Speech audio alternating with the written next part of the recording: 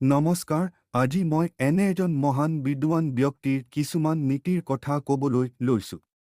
২৪,০০০ বছৰ পুৰণি তেখেতৰ নীতিসমূহ আজিও প্ৰাসংগিক। হয়, মই আচাৰ্য চাণক্যৰ কথা কৈছোঁ। তেওঁ আছিল এজন শিক্ষক, অৰ্থনীতিবিদ আৰু কূটনীতিবিদ। চাণক্যৰ শিক্ষা পদ্ধতিয়ে জীৱনৰ প্ৰতিটো খোজতে সঠিক সিদ্ধান্ত লোৱাত সহায় কৰে। গতিকে আহকচোন আজিৰ ভিডিঅ'টো আৰম্ভ কৰোঁ। চাণক্যৰ ৫টা নীতি, যিবোৰে আপোনাৰ জীৱন সলনি কৰিব। প্ৰথম নীতি, কিবা এটা কৰাৰ আগতে ভাবি চোৱা। যিকোনো কাম এটা আৰম্ভ কৰাৰ আগতে সদায় নিজকে ৩টা প্ৰশ্ন কৰিব লাগে। এই কামটো মই কিয় কৰি আছোঁ? ইয়াৰ ফলাফল কি হ'ব পাৰে? কামটোত মই সফল হ'ব পাৰিমনে? চাণক্যই ইয়াৰ দ্বাৰা বুজাব বিচাৰিছে যে নভবা নিচিন্তাকৈ কিবা কাম এটা আৰম্ভ কৰাটো জ্ঞানী মানুহৰ কাম নহয়। কিবা এটা ডাঙৰ সিদ্ধান্ত লোৱাৰ আগতে সদায় এই ৩টা প্ৰশ্ন নিজকে কৰা উচিত। উদাহৰণস্বৰূপে, যদি আপুনি কিবা নতুন ব্যৱহাৰ আৰম্ভ কৰিব খুজিছে নাইবা নতুন কিবা এটা কৰাৰ কাৰণে চাকৰি এৰি দিব বিচাৰিছে, তেনেহ'লে প্ৰথমে পৰিকল্পনা কৰক, কামটোত কিমান ৰিস্ক আছে জানি লওক আৰু নিজৰ ক্ষমতা কিমান আছে তাক বুজি লওক। যদি সকলো উত্তৰে পজিটিভ হয়, তেনেহ'লে আগবাঢ়ি যাওক। এয়াই হৈছে সফলতাৰ পথ। দ্বিতীয় নীতি, কেতিয়াও অত্যাধিক সহজ সৰল নহ'ব। কোনো মানুহেই অত্যাধিক সহজ সৰল হোৱা উচিত নহয়। কাৰণ হাবিত থকা চিধা গছবোৰেই আগত কটা যায়, ঠিক সেইদৰে সহজ সৰল মানুহবোৰে প্ৰথমতে সমস্যাৰ সন্মুখীন হ'বলগীয়া হয়। এইটো হয়তো শুনিবলৈ বেয়া লাগিব পাৰে, কিন্তু ইয়াত কাৰোবাক মিছা কথা ক'বলৈ বা ঠগিবলৈ কোৱা নাই। আচাৰ্য চাণক্যই ক'ব বিচাৰিছে যে সকলো সত্য কথা মুকলিকৈ কোৱা উচিত নহয়, নাইবা বেছি চিধা হ'বলৈ গ'লে নিজৰে ক্ষতি হ'ব পাৰে। আপুনি আপোনাৰ চৌপাশৰ পৰিৱেশটো বুজি পাব লাগিব। কাৰণ সকলোৱে আপোনাৰ বিষয়ে সকলোখিনি জনাৰ বাবে উপযুক্ত নহয়। জ্ঞানীৰ দৰে কাম কৰক আৰু সকলো ক্ষেত্ৰত বেলেন্স বনাই ৰাখক। তৃতীয় নীতি, শিক্ষাই হ'ল আটাইতকৈ ডাঙৰ সম্পদ। শিক্ষা হ'ল আটাইতকৈ ভাল বন্ধু। এজন শিক্ষিত মানুহে সকলোতে সন্মান লাভ কৰে।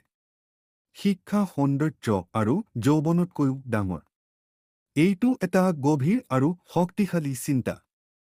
যদি আপোনাৰ ওচৰত সম্পদ নাথাকে বা সৌন্দৰ্য নাথাকে, তথাপিও মানুহে আপোনাক সন্মান কৰিব। ডক্টৰ এ.পি.জে. আব্দুল কালামৰ কথাই এই ক্ষেত্ৰত উদাহৰণ হিচাপে ল'ব পাৰি। তেখেতৰ জন্ম হৈছিল এখন দুখীয়া পৰিয়ালত।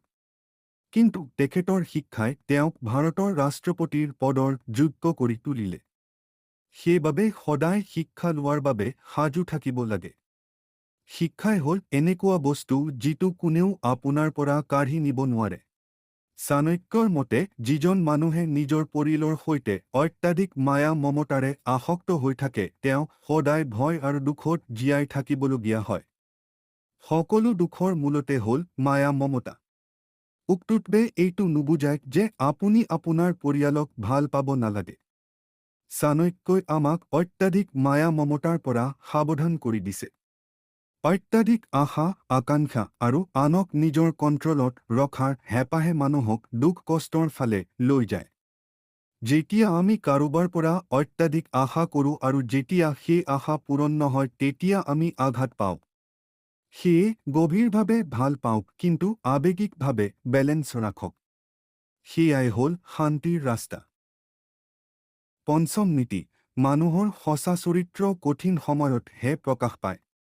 এজন চাকৰৰ পৰীক্ষা হয় কামৰ সময়ত। এজন আত্মীয়ৰ পৰীক্ষা হয় বিপদৰ সময়ত, এজন বন্ধুৰ পৰীক্ষা হয় প্ৰয়োজনৰ সময়ত আৰু এগৰাকী পত্নীৰ পৰীক্ষা হয় দুৰ্ভাগ্যৰ সময়ত।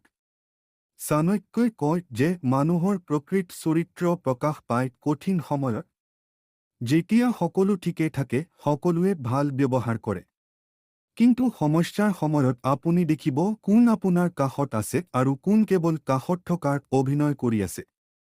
আমি সকলোৱে জীৱনৰ কোনোবা নহয় কোনোবা সময়ত সেয়া অনুভৱ কৰোঁ। সেয়ে আপুনি যদি কাৰোবাক বুজিব বিচাৰে, তেনেহ'লে কঠিন সময়ত তেওঁলোকক নিৰীক্ষণ কৰক।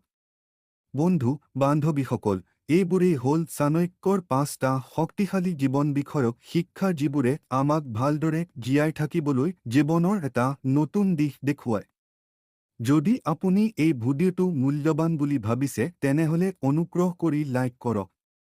কোনটো নীতি আটাইতকৈ ভাল লাগিছে কমেণ্টৰ জৰিয়তে জনাওক আৰু চেনেলত ছাবস্ক্ৰাইব কৰিবলৈ নাপাহৰিব।